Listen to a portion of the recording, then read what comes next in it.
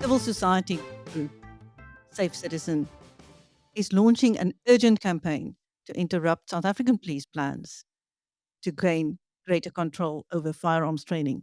I speak to Nikki Pretorius, the spokesperson for the lead service provider forum. Welcome, Nikki. Thank you, Chris. Thanks for having us. Nikki, in simple terms, how does the current system work uh, for an ordinary citizen? So I think, Chris, it's not quite simple, but South Africa's actually the system is actually quite unique in that the system that we currently work around sits at an intersection between education and legislation.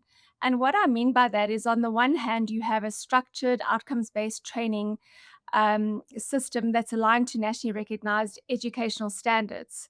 And on the other hand, the training feeds directly into legislation. And what I mean by that is the process of firearm competency and licensing. So when people want to license a firearm for self defense or apply for their competency to do so, they undergo this particular training within this particular system. And what makes it effective is the quality assurance layer.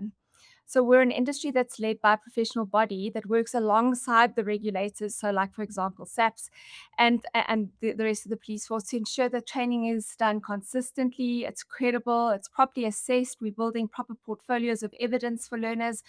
It's not a perfect system, but it certainly is a system that's been refined over more than a decade and fundamentally designed around public safety and accountability.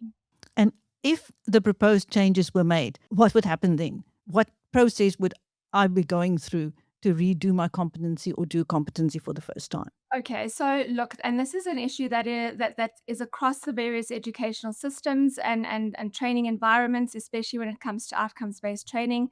Is there's a shift away from the unit standard training system that we currently know and use towards skills programs, which are sort of modular based.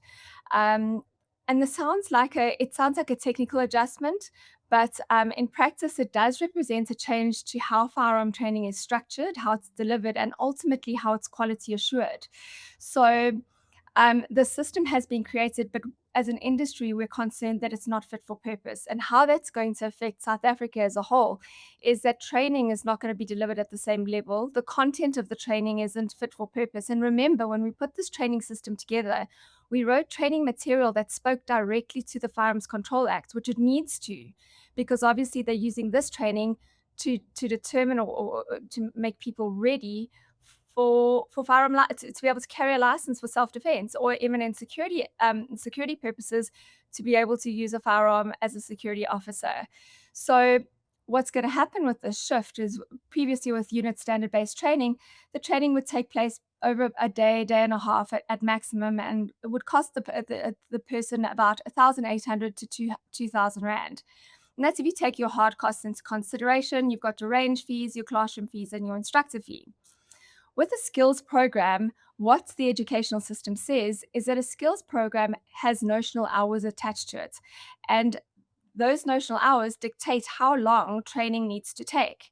And now we're looking at a skills program for the purposes of competency that used to take place over a day or a day and a half, now taking place over a 5-day minimum period in a classroom and on a shooting range. Now you take those hard costs and you multiply them by 4 or 5, and you're looking at 4,000, 6,000 rand, depending on the training provider. And over and above the expense, you're looking at 5 days away from work. And I don't know about you, Chris, but as an individual who has a job, a very demanding job, I don't have time to take 5 days off of work to be able to apply for a competency. And even worse for the security officers who undergo the basic training first, which is what you and I would do. But now they're also exposed to a whole lot of additional training in the form of a skills program. So before, where they could get their competencies done within 3, 4, 5 days, they're now looking at 3 weeks. And a security officer, let's say, for example, who is not an armed security officer and he wants to better himself and advance in his career, he now has to take that time off of work, off of a shift, and go and do the additional training that is required for him to be able to carry a firearm as part of his job.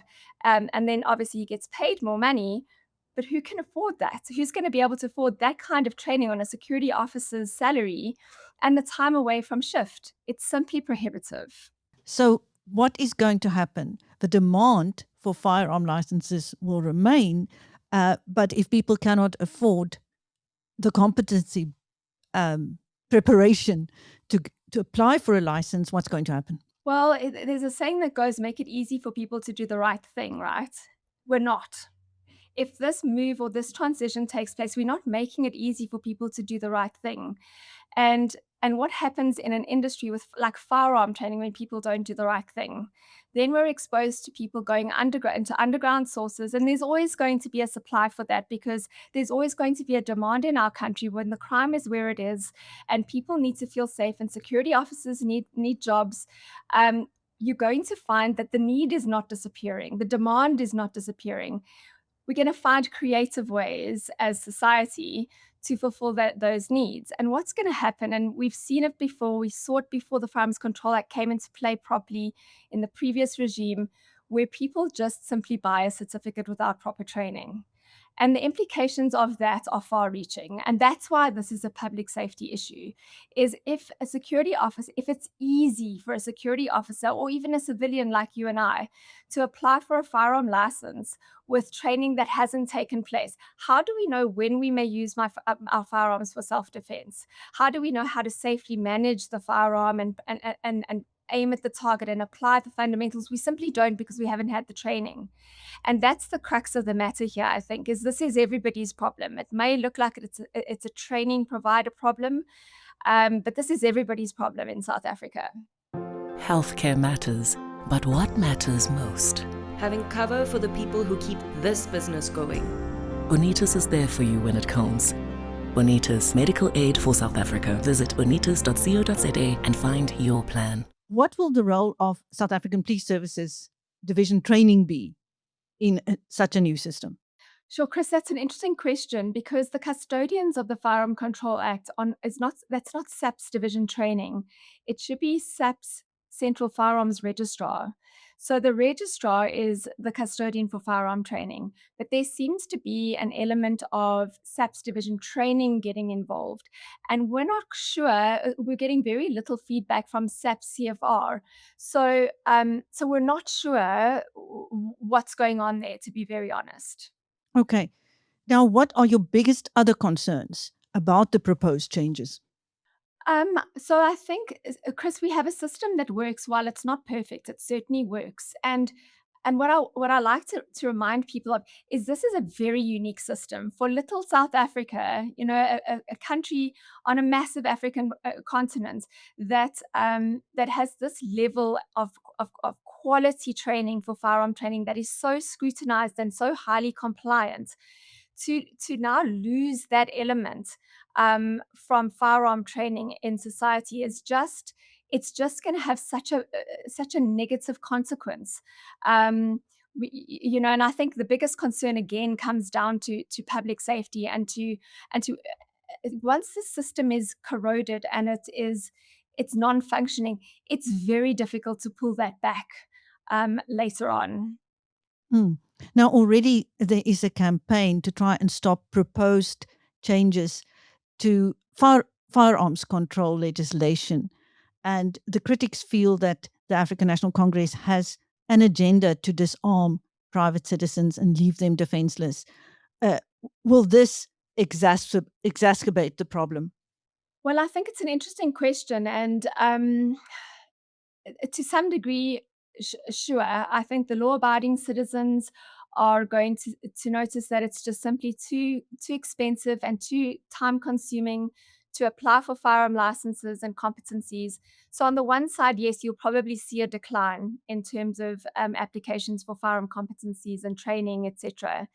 On the other hand, it's just going to drive the people that really genuinely need firearm licenses for whether it's sport shooting or hunting or self-defense or security officers. It's simply going to drive that need underground.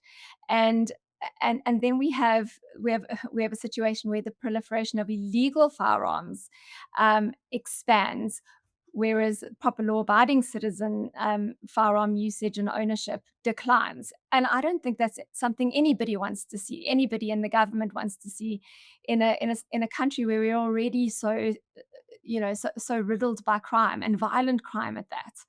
So yeah. So generally, there is a feeling that legal firearm owners are being targeted while illegal firearm owners are getting away with it. Yeah, and Chris, I think like when the Firearms Control Act came out in the beginning, there was huge pushback from society and from firearm owners and sporting and hunting communities because of all the hoops that now needed to be jumped through to be able to apply for competencies. And we've done it. We've done everything that SAPS asked us to do. We've put proper training, proper compliance, proper quality assurance on the table, and we've made it work. And to now see that system in jeopardy is just it's frightening, to be honest. It's frightening. In your opinion, what are the solutions, Nikki? I think with anything, Chris, it's collaboration. We got to get the right people around the table and be honest with each other and figure out what it is that moves the country, but also the educational sector and government forward. I mean, it's no secret that the police are struggling with firearms and are struggling with the control of firearms and whatnot. Why add to that problem by implementing or introducing a system that is not going to be any better than what we currently have? Let's look at what we currently have and make it better. So let's improve on it. But that's only going to happen with honest, open conversation around the table with the right stakeholders. And our industry's been calling for that for a long time now. Get us around the table. We are happy to work with whoever to find a good solution to the problem. Thank you. That was Nikki Pretorius, the spokesperson for the lead service provider forum, speaking to BizNews. I'm Christine. Thank you, Nikki. Pleasure. Thank you, Chris.